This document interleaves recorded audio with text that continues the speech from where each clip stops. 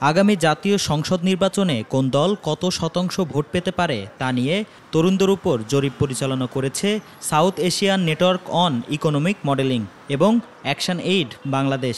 জরিপ বলছে নির্বাচনে সবচেয়ে বেশি ৭৮.৭৬% ভোট পাবে বিএনপি, এরপর জামায়াতে ইসলামী ২১.৪৫% আর জাতীয় নাগরিক পার্টি এনসিপি পাবে ১৫.৮৪% ভোট।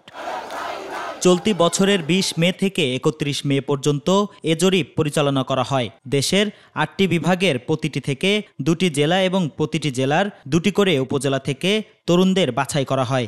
এতে ১৫ থেকে ৩৫ বছর বয়সী ২,০০০ নারী এবং পুরুষের মতামত নেওয়া হয়।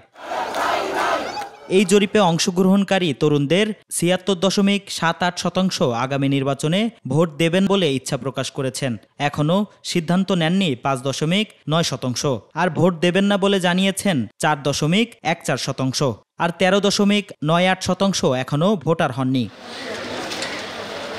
তরুণদের রাজনৈতিক সচেতনতার পেছনে সামাজিক মাধ্যমের ভূমিকা উঠে এসেছে জরিপে।